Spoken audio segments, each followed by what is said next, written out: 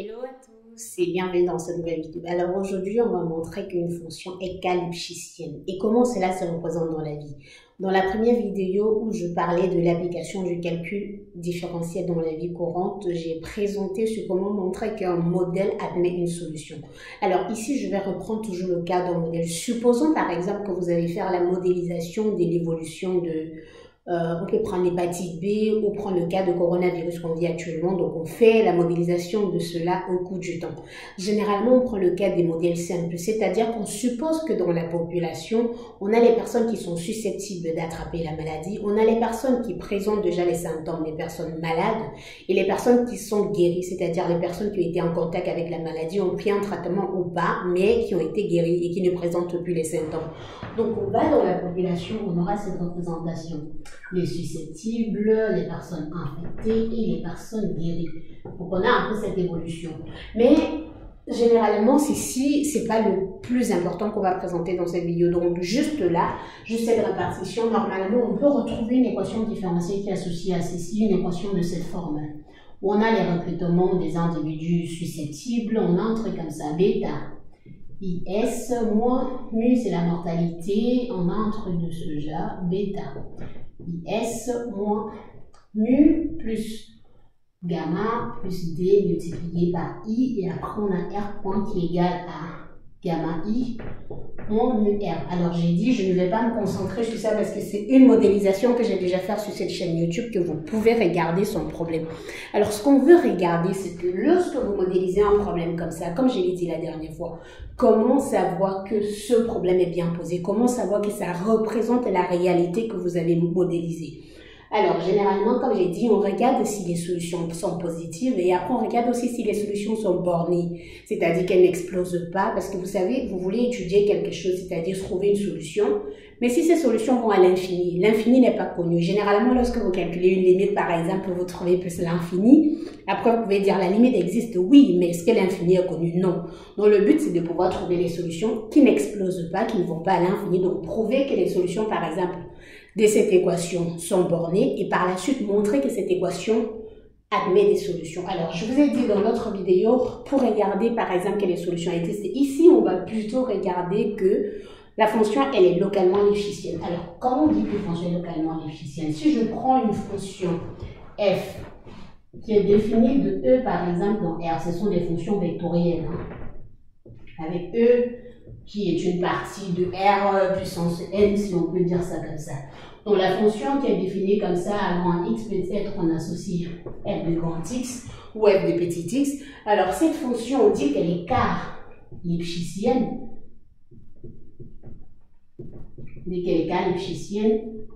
Si pour tout x par exemple, y que vous preniez dans E, on a ceci. Il existe un cas positif tel que ça, vous avez f de x moins f de y qui en ferait égal à k, voilà, celui de x moins y. Donc voilà la relation qui montre qu'une fonction est K-Lipschitzienne. Donc dans ce que j'ai ici, je vais montrer que je peux encore écrire mon système sous la forme d'un s point, i point et r point égal à un f, disons un f qui est ça, ça et ça, de s, i, r.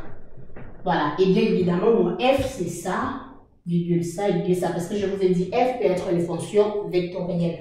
Donc, j'écris ça, et mon grand x ici, c'est tout simplement, j'ai un x point égal à f dans un grand x. Donc, on peut dire que grand x égale à s, i, r. Donc, je vais regarder si cette fonction vectorielle est lipschitzienne. Comme je vous ai dit, on regarde généralement si ces solutions sont bornées. Alors, comment cela se fait? C'est un truc qui se fait tout simplement, alors, comment on regarde? Par exemple, n qui est égal généralement à la population totale qu'on a ici, est-ce que j'ai égal à pas besoin. Si je fais la somme de ça, ça et ça, donc vous voyez, si je fais la somme de, je fais là, s point plus i point plus r point, vous voyez ce qu'on va avoir. On aura ceci qui partira avec ça, on aura ceci qui partira avec ceci. Donc, on se retrouvera avec quelque chose qui est tout simplement égal à lambda moins mu multiplié. Donc, si je dis que n c'est égal à s plus i plus r, donc je vais me retrouver avec ça, fois n moins d qui restera là, fois i. Ou en gros, vous retrouvez une équation qui est sous la forme n point égale à lambda moins mu n moins d.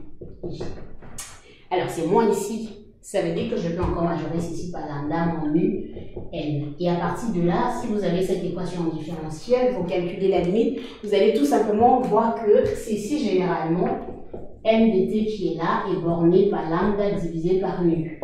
Donc, si on fait la résolution de cette équation, on trouvera que le n dt est borné par lambda divisé par mu. Donc, je suis capable de dire que ça soit S, I ou R, tous ces éléments dont S dt est borné par lambda sur mu, pareil pour I dt, et pareil pour l'autre. Alors, je vais passer à la preuve pour la fonction lipschitzienne dans le cas de ce que j'ai. Pour cela, j'identifie. Comment je calcule? Alors, regardez la relation qu'on a. Je vais calculer.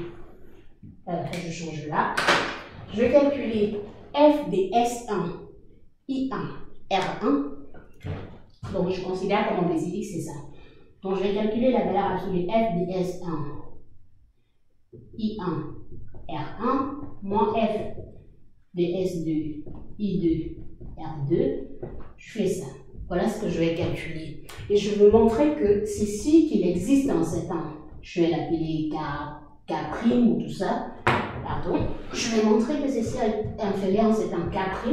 Et comme là, j'ai quelque chose qui dépend de ça et de ça, donc je vais avoir juste un K comme ça.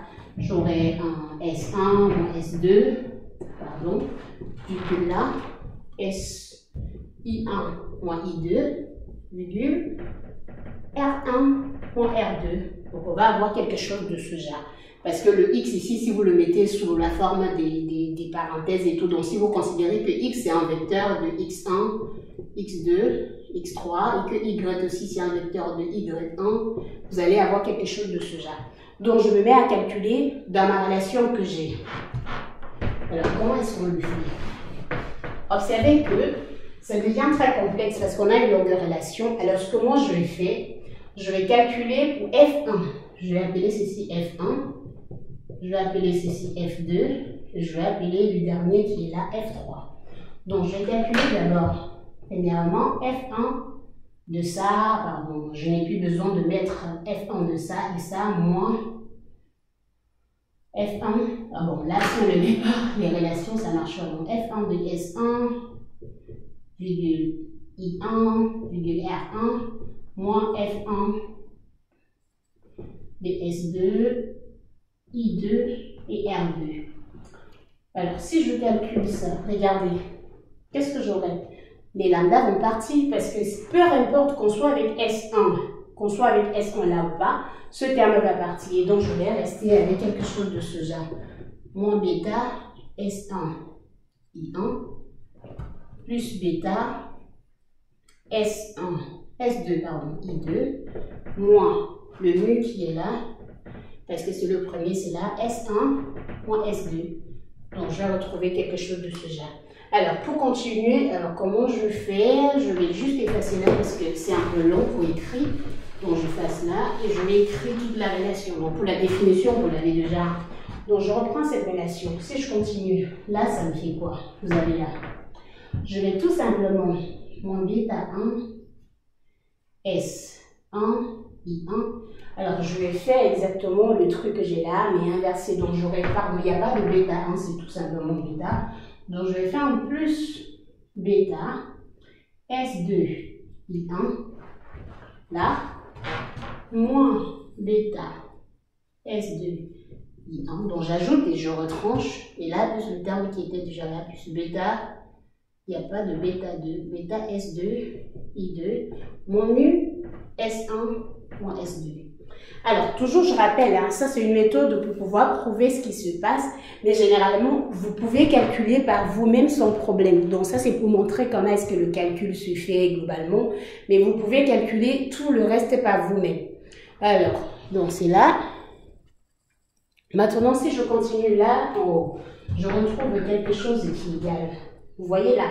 Maintenant, vous voyez que je peux mettre bêta S1 en facteur et calculer là, bêta S1.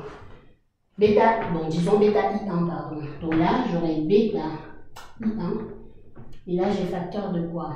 On peut avoir moins S1 plus S2 plus là de l'autre côté. Parce que j'ai fait ça et ça, j'aurai bêta S2. Bêta S2, facteur de là, moins I1 plus I2. Et de l'autre côté, j'aurai ça, moins mu S1 moins S2. Donc, j'ai quelque chose de ce genre. En continuant avec le calcul de ce qu'on a jusqu'à présent, on va tout simplement voir, parce que si on veut appliquer la valeur absolue de chaque terme là, et on voit ça. I1 est majoré, parce que tous les I et les S sont majorés, donc je peux vraiment ressortir ceci en mettant quelque chose comme valeur absolue de bêta lambda divisé par mu. Alors tout ceci est positif, fois valeur absolue de S1 moins S2, plus bêta lambda divisé par mu, I2 moins I1, plus, voilà, ça fait plus mu, et là, module de S1, voilà, S1 moins S2. Donc voilà ce que je fais ressortir ici. Et donc globalement, ça veut tout simplement dire que le F1 qu'on a là, on est capable de sortir tous les termes qui concernent ça et ça. Donc là, j'aurai inférieur ou égal le max qu'il y a entre bêta lambda divisé par mu et mu avec S1, S2, là, S2. Donc voilà, je sors pour celui-là. Et normalement, ce que je veux retrouver, ce sont des termes avec... alors, je mets là, plus bêta lambda divisé par mu, I2 moins I1. Ce que je veux rechercher, c'est le plus grand qu'il y a entre tous ces termes. Donc, j'ai envie de retrouver quelque chose comme ceci, le max de tout ce que j'ai là, ça et ça. Et là, j'aurai S1 moins S2, virgule I1. Donc, on va dire I1 moins I2, virgule R1 moins R2. Oui, bien évidemment, parce que le R1 moins R2, il n'existe pas là, mais si c'est 0, on peut quand même le majorer par un truc plus grand. Et c'est bien ça le principe. Donc voilà, c'est un peu ce qu'on veut retrouver pour l'expression finale de tout ce qu'on a. Donc là, je ressors déjà, j'ai ça et ça. Donc ça, c'est pour F1. Donc on peut dire ça, c'est pour F1. Donc si on passe à F2, regardez, voilà F2 qui est là. Donc si je fais F2 de ça moins F2 de ceci, ce que j'aurai la même forme que j'ai là. Vous voyez cette relation, c'est celle que j'ai majorée ici en haut. Donc on peut retrouver exactement la même relation, c'est-à-dire celle qui est là, en dehors du terme qu'on avait déjà ici. Donc je peux encore retrouver valeur absolue, ou du moins bêta lambda divisé par mu, S1 moins S2, plus bêta lambda divisé par mu, I2 moins I1. Mais là, je n'aurai pas moins mu, ceci, ou plus mu, mais j'aurai plutôt ça. Donc j'aurai plus mu, plus D, plus gamma, valeur absolue de I1 moins I2. Donc voilà. Et pour le dernier, c'est ça, F3. Voilà, mon F3, voilà, et je fais ça, pardon, c'est majoré, j'aurai ça, j'aurai tout simplement là, gamma, I1 moins I2, plus là, mu, R1 moins R2. Alors, vous voyez, de tous les termes qu'on a calculés, je vais là, voilà ce qu'on nous veut avoir, toute la majoration. Regardez tout ce qu'on a calculé. Tous ceci, ce sont des, comment dire, c'est des vecteurs parce qu'on va mettre là, F1 moins F1, là, point, et tout, virgule F2 moins F2, virgule F3, et là, moins F3. Donc voilà, c'est tout ce qu'on va mettre. Et ça représente en gros ça et ceci. Alors, ce qu'on va faire, ce qu'on va voir que le terme qu'on a là, et celui qu'on a là. Donc, on va prendre le max qui est entre ça et ça pour ressortir là où il y aura ceci. Le max qui est entre ceci, ça et ceci pour ressortir là où il y aura I2 moins I3, le max qu'il y a entre... quel terme on peut avoir ici? Alors, normalement, ici, on n'avait pas besoin de faire le max, hein, c'était plus. Là, c'est plus. Hein. C'était directement plus parce que c'était les mêmes termes. Et aussi, là aussi, on devait avoir ça, plus. Donc, on ressort également le max entre ça, plus ça et ça. Et le dernier terme, on avait déjà le max. Donc, en gros, vous aurez un cas qui va être comme ceci. Votre cas, en fait, on va ressortir toute la majoration de tout le truc. Donc, on aura quelque chose comme ça. Où on aura là S1 moins S2, virgule I1 moins I2, virgule R1 moins R2. Et c'est ça qui arrive à montrer que votre fonction est localement lipschitzienne. Et bien sûr, si vous voulez retrouver ce cas, et là, vous allez tout simplement constater que votre cas, vous pouvez le trouver comme vous voulez. Votre cas, normalement, peut être le max de tous les trucs qu'on a là. Et parce que vous voyez, le max qu'il y avait entre les S, c'était le max entre ça plus l'autre, bêta lambda divisé par mu plus mu. Et qui encore? Et ça. Voilà, le max entre ça, c'est déjà ça, donc il n'y avait pas de problème. Donc le max, ça reste ça. Et après, il y avait le max entre ceci plus ça et ça. Et donc, le max, ça reste celui qui est là. Donc, on devait avoir globalement K qui va être le max entre bêta lambda divisé par mu plus mu, bêta lambda divisé par mu plus gamma plus D, virgule le dernier qui devait être mu et ça. Donc vous voyez juste que le max normalement peut être ça sans problème parce que ça c'est présent là, donc ça fait bêta lambda divisé par mu plus D plus gamma. Donc on pouvait avoir un cas qui est sous cette forme-là. Bêta lambda divisé par mu plus D plus gamma. Oui, bien évidemment, c'est une majoration et vous pouvez majorer comme vous voulez et c'est bien ça le principe de la majoration. Le but dans tout ce qu'on fait là, c'est de pouvoir comprendre ce que signifie montrer que les fonctions sont localement lipschitziennes. Et comme je vous ai dit, dans tous les articles que je fais ou ce qu'on fait ou ce que vous allez lire, vous n'aurez pas à voir ceci parce qu'on n'a pas besoin de faire tout ça étant donné qu'il y a la méthode où vous montrez uniquement ce que j'avais dit l'autre jour pour arriver à la conclusion.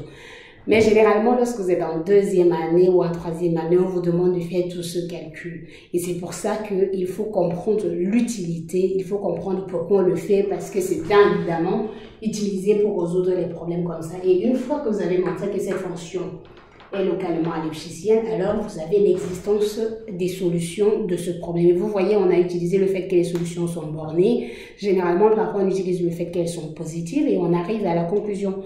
Donc, voilà, je n'ai pas trop structuré tout. Donc, si vous avez des questions, n'hésitez pas à me poser vos questions en commentaire. À très bientôt.